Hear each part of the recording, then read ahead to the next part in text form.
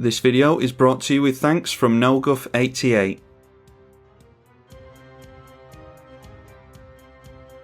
Ardenn Intrepid Archaeologist and Kediss Emberclaw Familiar versus Jared Carthalion True Heir, Sisay Weatherlight Captain, and Ruric Thar the Unbowed. We have a 2-lander. Sigarda's Aid is really good. Colossus Hammer, yeah. If we can keep Sigarda's Aid in hand, then this should pan out really well for us. Let's keep that. And Kills starts things off for us with a Terramorphic Expanse. Up against 3 friends of the channel, by the way. Billy Kills, you all know and love. Bringing Jared Carthalion True Heir. And then Go with Sisay Weatherlight Captain, the resident Wooburg player. And then we've got a new friend of the channel who we've just played a game with. I tried to play a Crick deck and it just crashed the whole client, so I don't think I'll get to show you all that, to be honest, but Ichigo990 just so happened to join the game, and he's a friend of the channel as well, so playing at Ruric Thar the Unbowed with Ichi. Big thank you to him for joining us as well. And there is a Plains for us, so that means that we can curve out into Ardenn. But we don't necessarily need the Sigarda's Aid. If we get into another land, I really want to hold off on Sigarda's Aid for as long as we can. What do we do? Screw it. We'll get down the Colossus Hammer. That way we can get down the Swiftfoot Boots next turn and then go for Ardenn. And it'll have Hexproof Haste and +10/+10 from the Colossus Hammer. A Lightning Greaves coming down for kills. And then we draw ourselves into Swords to Plowshares, so I think that can just be a mountain into the boots. And then we're setting ourselves up nicely for our white commander next turn. We'll end up cheating a total of 9 mana from the equip costs. Carthalion Heart Expedition from Ruric Thar, and it is a bounce land from Sisay. And that's got everyone tapping out. The Jared coming into play. It will give Go the Monarch, and it'll have Shroud and Haste as well. Then round to our turn. And we're getting 2 Grand Abolisher. Okay, I don't mind that. Could do with drawing into a land or 2 here and there. Let's go for a dual land with the Wooded Foothills. And then in for Ardenn. Then it's through to combat. So we choose a permanent or player. Choose Ardenn.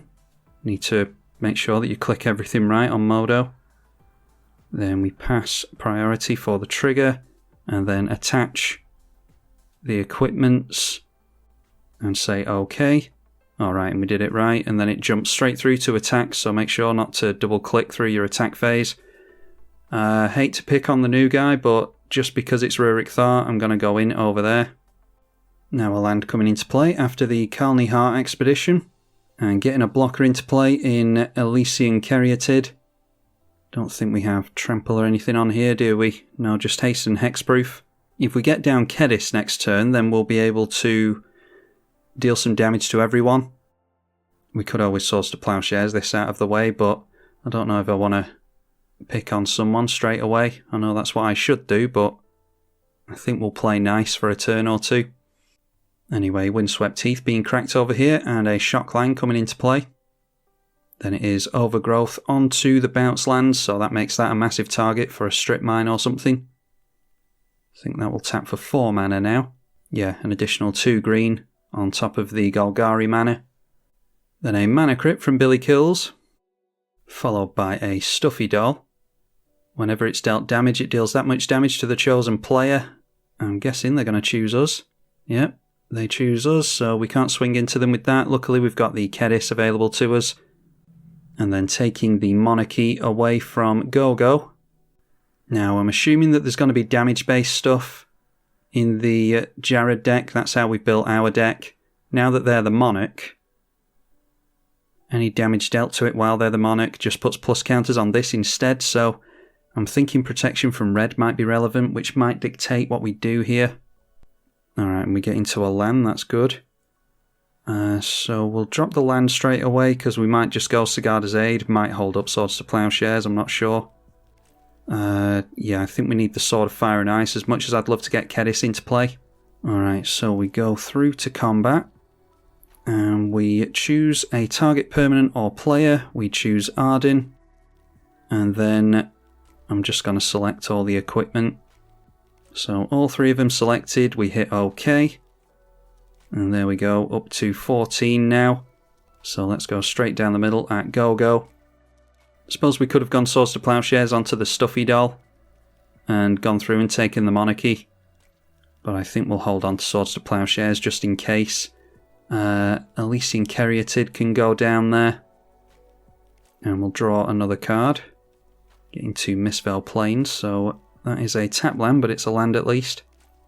Luckily for them, making a red mana anyway from the mountain. And 1 more land and they'll be able to make a few more red off of the Carthalion Heart expedition. Seems as though we've got everyone looking at us. So I'm assuming Gogo has spot removal because he needs rid of the boots. So that might encourage me to play the Lightning Greaves for double protection. Although, is this target?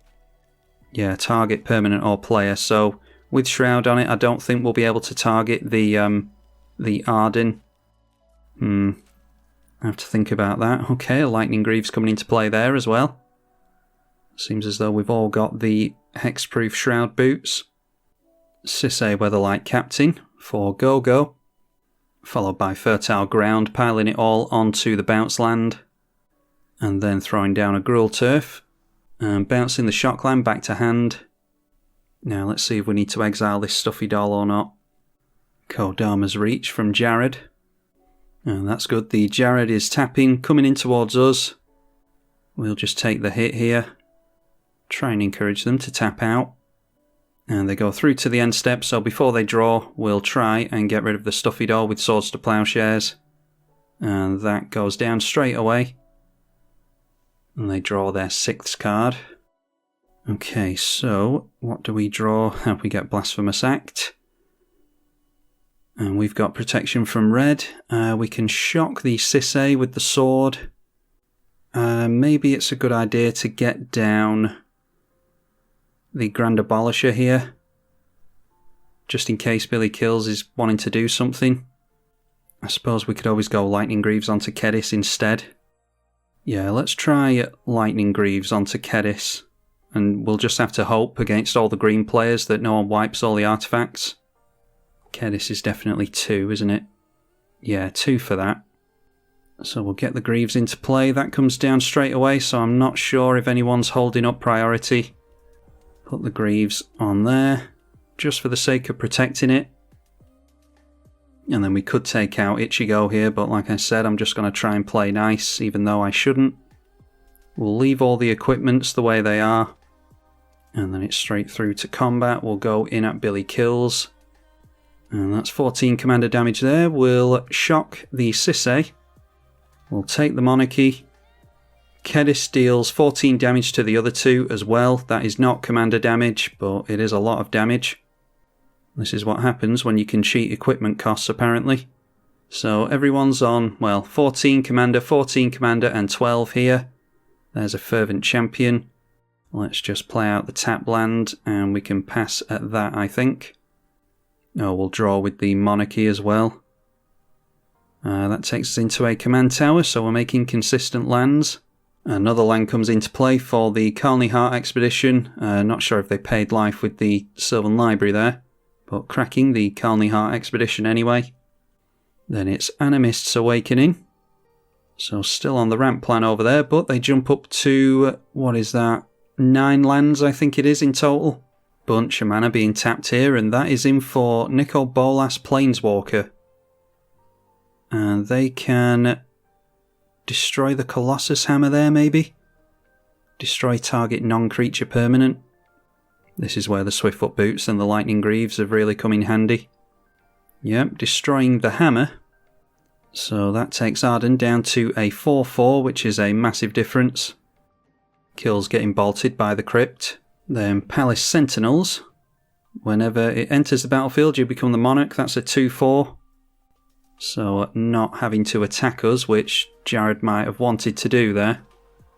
We do have protection from red. We don't have protection from white, so it's going to be difficult to take that Monarchy away from them.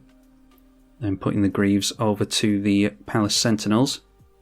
Maybe so they can enchant Jared with something. It is a Pariah, that's exactly what I use in my deck. Yeah, so they just keep the Monarchy basically. Is this just combat damage? If damage would be dealt to you, so that actually switches off Kediss and Ardenn as well.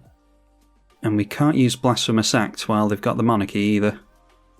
Swinging in towards Nicol Bolas with the 3/3 commander. And then going through to the end of the turn. They go up to 5 cards thanks to the Monarchy. Now then. We can go wide on them to grab the Monarchy off of them. Alright, open the vaults is pretty good as well. Might use that just to get the hammer at some point. We'll drop Command Tower. And I think we use Fervent Champion just to go wide here. Yeah, let's throw down Fervent Champion. And then we'll leave all the equipments exactly as they are. And as much as I don't want to do it, I think we have to get rid of Gogo just because of that Nicol Bolas. So we might as well put some commander damage on the Gruul player. And then Kediss and Fervent Champion can go in at Billy Kills. And hopefully one of those will survive and get through to them to take the Monarchy away. Don't know if we're actually going to be able to afford Blasphemous Act here now that I think about it. Blocking the Fervent Champion, leaving the Kediss in play, I'm actually fine with that. So that was just 1 damage, wasn't it? Yeah, so the Sword of Fire and Ice doesn't do anything. We'll just have to point it at the Gruul player because we can't do any damage to Billy Kills. So Gogo goes down. Deal 2 damage to Itchy and draw into Fire Shrieker. How much is Blasphemous Act? I don't think we can afford it. Oh, that's 5 mana. Yeah, we can. I think we have to get rid of this while we can. Oh, of course, we can't take the Monarchy away from them, can we? Yeah. Yeah, completely misremembering that. So, even though we dealt damage, we can't do anything about that. What to do here? I think it just has to be Sigarda's Aid then.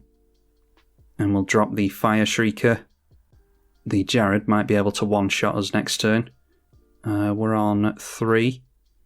So if they get double strike and 1 more counter, then they'll be able to take us out. They don't have any means of trample at the moment, so I think I have to play the Grand Abolisher here. And then we'll put the Greaves onto that. Yeah, a bit of a wonky turn there. I've just had it in my head that if I take the Monarchy away from them, I can Blasphemous Act and get rid of this. But obviously, we can't deal damage to them to get the Monarchy back off them, which I actually think I pointed out at some point during this game. And I don't think we can rely on Ruric Thar to be an ally to us in order to get rid of the Jared player, so we're on our own, I think. Sunder Shaman. Lightning Greaves onto Sunder Shaman. And then that comes in at us. We can't block that, and I wouldn't have done anyway. Deals combat damage to a player. Destroy an artifact or enchantment. I mean, has to be the Pariah, surely. But does the Gruul player even care about winning at this point? They might just be wanting to get revenge on us. Just making a little deal with Itchy there. Okay, and then he's obviously deciding something else. Actually, yeah, I don't know if we can let him live now that I think about it. Yeah, because of the Kediss. I suppose we could always swing the Kediss. Yeah, he's going for these Swiftfoot Boots. I suppose we could have swung the Kediss in somewhere to have it blocked. But then I think combat damage is dealt anyway, so Kediss still would have triggered. Yeah, so I don't think we could have saved Itchy during our combat step. Be intrigued to see how he plays around the Pariah. Ruric Thar just taps out, and this is Billy Kills to win at this point, I think. We'll be in a much better position if we can manage to get into Wear and Tear or something. I can't remember what's in this deck. Wear and Tear would be great to get rid of both of these. A chain reaction, that's why the protection from red is relevant. Yeah, that's how you get a lot of damage on the Jared. We will put Kediss in the command zone. And we're in top deck mode at this point, really. What is that? That is Kazul, Tyrant of the Cliffs. Whenever a creature an opponent controls attacks, if you're the defending player, create an ogre token, unless they pay 3. And then the Greaves goes over onto that. They're holding up white mana, which is notable. Swinging in at us for 14 points of commander, and 5 goes in to finish off Itchy. He had to hit something of mine with that creature because he attacked me with it, so yeah, he couldn't have gone for the pariah anyway. Anyhow, Itchy going down. Big thank you to Itchy for joining us. Apologies for it being such a fast one. Kills is tapped out here though. And he has to be wary of commander damage here. If we get 6 power onto Ardenn, I mean, we've got double strike. Do they have removal for it is the question. Alright, there's some Forger as well. So that is +4, that would be 8. So that would be enough. Some Forger's probably safer as well. Does Sigarda's Aid get around Shroud? You may attach it to a target creature you control, so no. Losing the boots hurts us here. We can't deal damage to them. I just don't see what we can do here. Maybe we can grab something with some Forger. Let's try it. We'll equip that. And then if we want to activate the Sunforger, we can't. We can't go for the Fire Shrieker, unfortunately. I don't think we're going to get them on Commander here because we have to unattach the Sunforger and we can't afford to put it back on. Oh, actually, Ardenn will put it back on, won't it? Yeah, so if we go like this, unattach Sunforger, and I think just Path to Exile is fine here. Oh, we've got to remember that they're going to get an Ogre as well, aren't they? Is it a red Ogre? Yeah, it's a red Ogre, so we've got protection from red, so that's alright. A lot to think about here. Yeah, let's just go Path to Exile on their commander. And that will get rid of Pariah. And then it's just fingers crossed that they don't have a Swords or a Path themselves. Go through to combat. And Ardenn triggers, so we put Sunfort. Oh, misclicked, because there's so much to think about. Oh, jeez. Just when it mattered. Oh, God, the number of times I've done that. And you can't go back. Oh, this is what's so annoying about Magic Online. Oh, right, okay, so we're actually going to have our sword drop off here as well. Are we? If we just say okay. Oh, actually, no, we're not. That's one saving grace. Could have won here, though. We're giving Billy Kills an extra turn. Anyway, we're not going to pay the 3. They will get an Ogre. Might be able to get us next turn. Yeah, if it was a paper game, then we absolutely would have won that, because obviously we're not going to misclick in a paper game. So, yeah, I'm not too disheartened about that, but it does feel bad. We'll just do 2 damage to kills. We're looking at combat damage or commander damage at this point. Take the monarchy away from them. Draw into Clifftop Retreat. And do we put the Greaves on our commander or not? That'll force us to play Kediss for 4 next turn. I think I'm actually going to leave it. Yeah, the Shroud's going to be relevant with moving things around with targets, so I think I'm just going to leave it. Okay, there is a single combat. Anyway, yeah, what I should have done there was put the Sunforger back onto the Ardenn with Ardenn's ability. I would have put the Greaves on there as well, because that would have guaranteed victory there. We would have had them at 22 points of commander for anyone who missed it, but instead I targeted the Sunforger to have things equipped to it. Because I was racking my brain of what to do. I should have just slowed down even further than I already had done, and just made sure I clicked everything correctly. Anyway, Jared coming into play will give us the monarchy. And then playing out Rishkar's Expertise. So if they can get 1+ counter on here, they've got us. Yep, there we go. That is a buff for free from the Rishkar's Expertise, so throwing the game away there, apologies for that. I think in an actual game of paper, I think it's, safe to say we would have got that. Perfectly happy to call Kills the winner there. but it was really due to the fallings of Magic Online and clicking things in different orders, which is a bit of a crappy way to lose, but Kills won fair and square. If this was a Magic Online tournament, he would have got us there, and, well, he got us in this game fair and square, like I said. So big thank you to all three players for playing the game. Apologies for throwing it away at the end there. But I think we still got a good showing of how good Ardenn Intrepid Archaeologist is. Be sure to let me know if you want to see more from this deck, and I will see you all in the next one. I'm tribalkai on the EDH channel. Thank you for watching.